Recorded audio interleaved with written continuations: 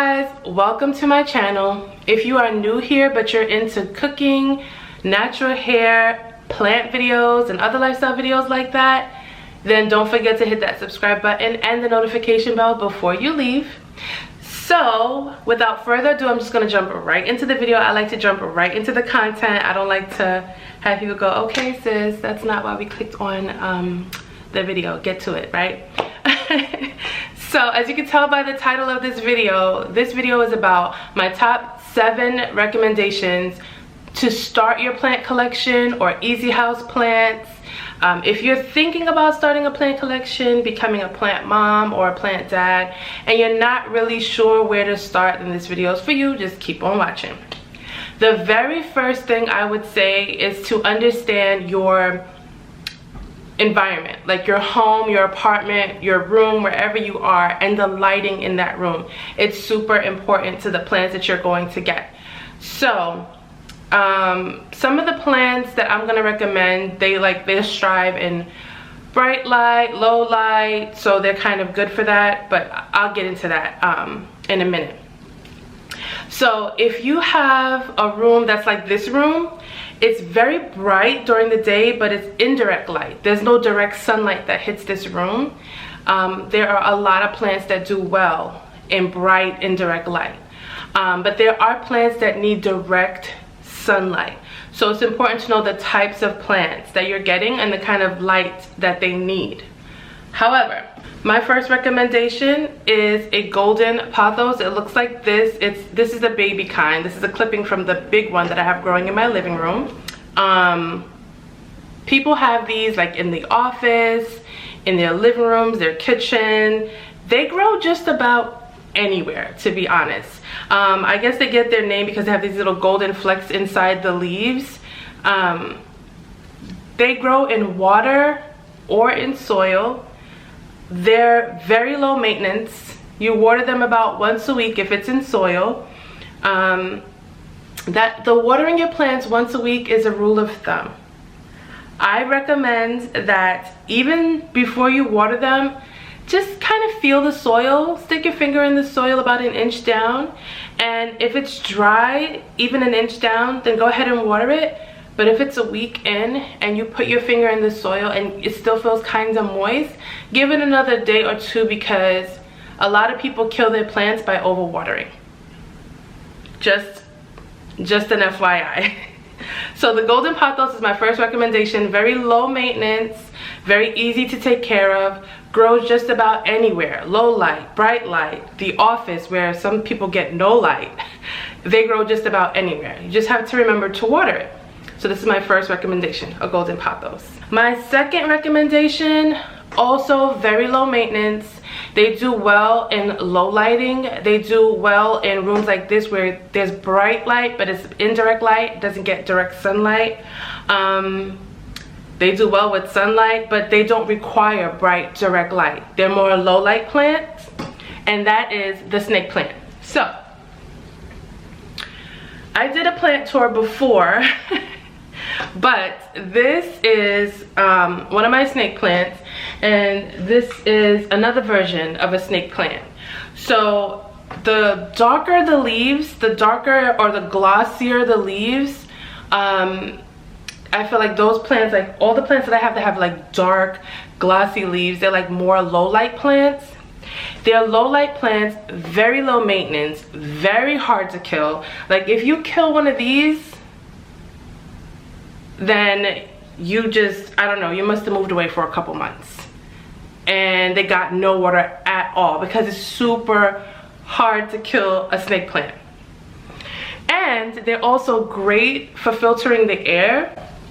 So you just water them about once a week, and like once every couple weeks. Like right now, my baby needs to be dusted. See, I'm ashamed to show you guys this, but it's a little dusty. We're gonna keep it real. You have to also spritz your plants with water, like I'd say once every 3 weeks or so. Spritz them with water, depending on your environment. Like if you know for some reason your home or where you keep your plants gets very dusty, you want to be mindful of that, and you just want to take a damp cloth and wipe the leaves down, wipe the dust off the leaves. yeah, I need to do that for my plants this weekend. So yeah, but other than that, even with that, they're really easy to maintain and to grow. They're not fussy. They do well in low lighting and bright indirect light. So that's the second recommendation, the snake plant. My third recommendation is a peace lily plant. That's what I have right here. The peace lily plant does well in low lighting and bright indirect light. So my living room is where I have it right now, and it tends to get really sunny there, but it's in a position where direct sunlight doesn't hit it. So I put it low, so it still gets bright indirect light, but not direct sunlight. When they get direct sunlight, the leaves can burn. And I'll show you something like, see, like, I don't know if you can see this, but yeah, you see how the leaf is like dark down there, like a dark brown? That happens to a peace lily when either it's watered too much, not watered enough, or it's actually burning from direct sunlight. So a peace lily also is great with filtering the air, and they're great with filtering the air. And in the springtime, there's these beautiful white lilies that sprout from them and grow from them. And yeah, they're dark, glossy. See that tip I talked about before? The leaves are dark and glossy, and they just do well in bright, indirect, or low light settings. It doesn't like direct sunlight. So that's another one. Super easy to take care of. My next recommendation for an easy low maintenance plant is the aloe. Now, aloes are one of those plants that I was talking about that love direct sunlight. You know, they're naturally found in the desert, so they're used to getting lots of sun, lots of heat, and not that much water. So you want to be careful not to overwater your aloes. Now, although aloes are low maintenance plants, when they are happy, they grow. And I mean, like my monsteras, they grow big and they sprout little babies. So let me try to get in here to show you guys. You can see the other little baby aloes growing in there. I have to separate those and repot those. So when you have an aloe that's happy, you're going to have to do a lot of repotting. But aloes are great plants to have if you have a sunny spot where you are. If your apartment, your room, your bedroom, wherever you're keeping your plants does not have a spot that has direct sunlight, then I would not recommend an aloe for you, because aloes do not do well in low light settings. They need that bright sunlight to hit them for a few hours every day. So, but if you have a bright spot with that sunlight, then go ahead and get you an aloe. Okay, and the fifth plant that I want to talk to you guys about is a Paleo Peppermint. I hope I am saying that correctly, guys. But this is it. This is what it looks like. These plants are very popular. A lot of the plants I showed you guys are popular these days, but this plant, I feel like, is so easy to care for. It also does well in bright indirect light. And it's just super easy to take care of. Grows well in bright indirect light. I have it low in the living room right next to my peace lily, and it's happy there. There's some new leaves sprouting right there. And yeah, I think I got this one from Trader Joe's a while ago. Oh, tip: when you get a new plant from Trader Joe's, Home Depot, wherever, and it's in the nursery pot, don't take it out of the nursery pot right away. I find that some plants are temperamental, and when you're introducing it to a new environment, you want to take your time. I'll give you an example. So I will be doing a repotting video soon, because a lot of my plants have outgrown their current pots. and they need to be repotted. So I'll do a video on how I do that, when to do that. So that's another one, but I'll give you a quick example. See this plant? This vase, or this is actually a candle that I got from Home Depot, TJ Maxx years ago, and I just thought it was so beautiful, the cylinder, that I kept it. But this is actually still in its nursery pot, and when I repot my plants, I watered it this morning, so it's dripping.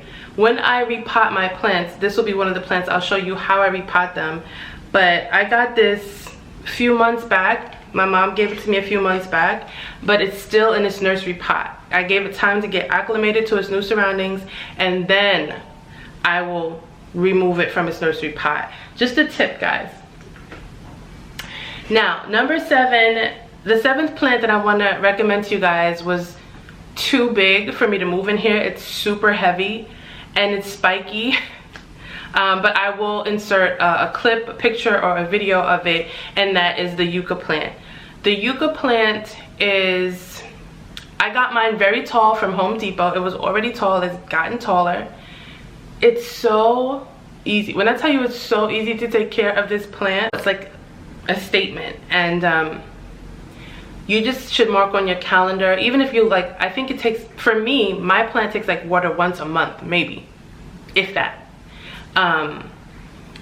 So if you don't want to keep remembering all the time, oh, I gotta water this plant, then this is a perfect plant for you. However, you can't just neglect it altogether, right? Put it on your calendar, in your phone, put an alarm for like every couple of weeks to water it. And I'm not talking about like drenching it.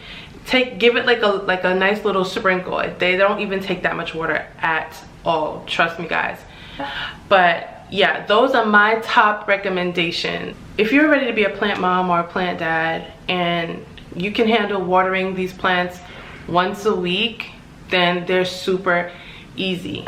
To me, I don't know, I love plants naturally. I find that they are, I enjoy taking care of them. I enjoy watering them. I enjoy, you know, cleaning them, pruning them, all of that stuff. So for me, it's not a job. I really like doing it. If you are trying to, you know, be about that plant life, get into the plant life, then start with the plants that I gave you, that I recommended to you.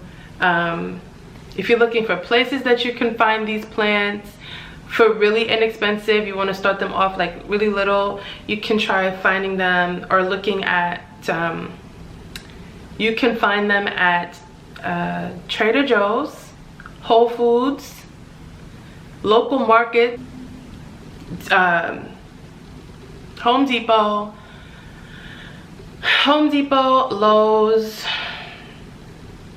Yeah, so you can find those at any of those locations.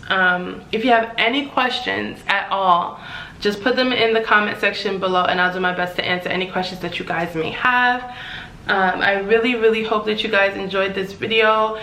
Stay tuned because I will be coming back with a repotting video, and I'm trying to grow my plant collection. There's a few pieces that I still want.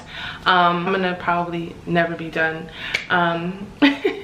But stay tuned for those. I'm going to be doing plant hauls and what I find, where I find them, and just about my plant life because I am obsessed.